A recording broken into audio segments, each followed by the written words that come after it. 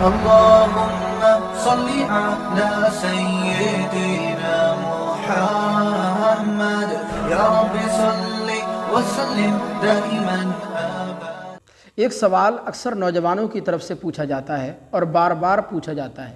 بہت سے لوگ اس مسئلے میں کنفیوژن کا شکار رہتے ہیں کہ بعض اوقات ذہن میں الٹے سیدھے خیالات پیدا ہونے کی وجہ سے، یا کہیں نظر پڑنے کی وجہ سے، یا فون پر بیوی سے بات کرنے کی وجہ سے پیشاب کے راستے سے سفید پانی کے قطرے نکل آتے ہیں، یعنی چپچپا پانی نکل آتا ہے۔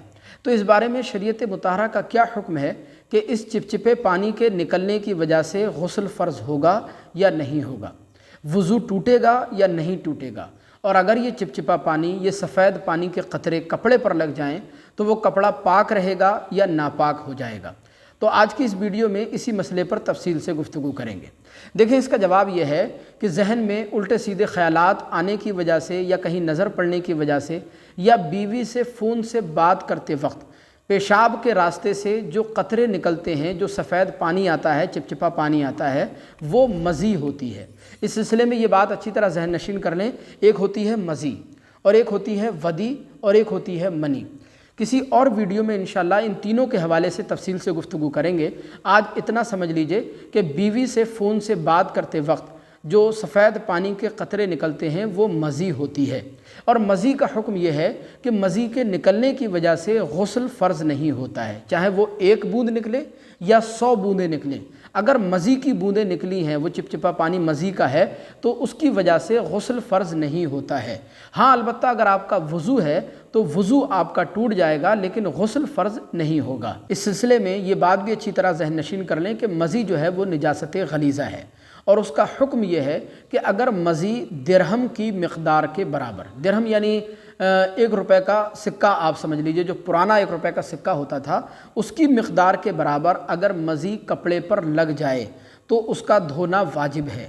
بغیر دھوئے اگر ان کپڑوں کو پہن کر آپ نے نماز پڑھی تو ایسی نماز کو لوٹانا ضروری ہے، اور اگر وہ مزی درہم کی مقدار سے زیادہ کپڑے پر لگ جائے تو اس کا دھونا فرض ہے۔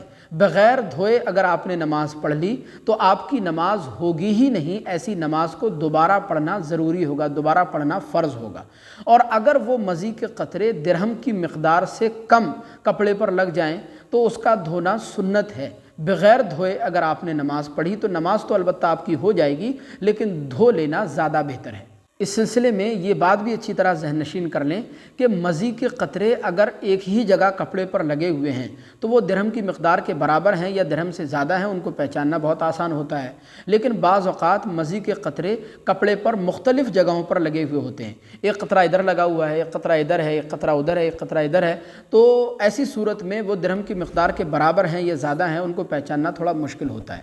تو اس کے بارے میں شریعت مطہرہ کا حکم یہ ہے کہ ان کو دھیان سے دیکھیں گے اور غور کریں گے کہ اگر وہ قطرے ان کو اکٹھا کیا جائے، جمع کیا جائے، اگر وہ قطرے درہم کی مقدار کے برابر پہنچتے ہوں، یعنی اتنے زیادہ قطرے ہیں کہ اگر وہ درہم کی مقدار کے برابر ہوتے ہوں تو پھر اس کا دھونا واجب ہوگا۔ اگر درہم کی مقدار سے زیادہ ہوتے ہوں تو اس کا دھونا فرض ہوگا، اور اگر درہم کی مقدار سے کم ہو تو اس کا دھونا سنت ہوگا۔ بہرحال درہم کی مقدار سے اگر کم ہے تو دھونا سنت ہے، بغیر دھوئے نماز ہو جائے گی۔ اگر درہم کی مقدار کے برابر ہیں تو دھونا واجب ہے، بغیر دھوئے نماز پڑھی تو نماز کو لوٹانا ضروری ہوگا، اور اگر درہم کی مقدار سے زیادہ ہیں تو ان کا دھونا فرض ہے۔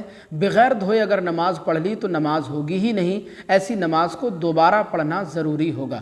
بہرحال مجھے امید ہے یہ مسئلہ آپ اچھی طرح سمجھ گئے ہوں گے۔ ثواب کے لیے اس ویڈیو کو زیادہ سے زیادہ شیئر کیجئے تاکہ دوسرے لوگ بھی اس مسئلے کو اچھی طرح سمجھ سکیں۔ السلام علیکم ورحمۃ اللہ۔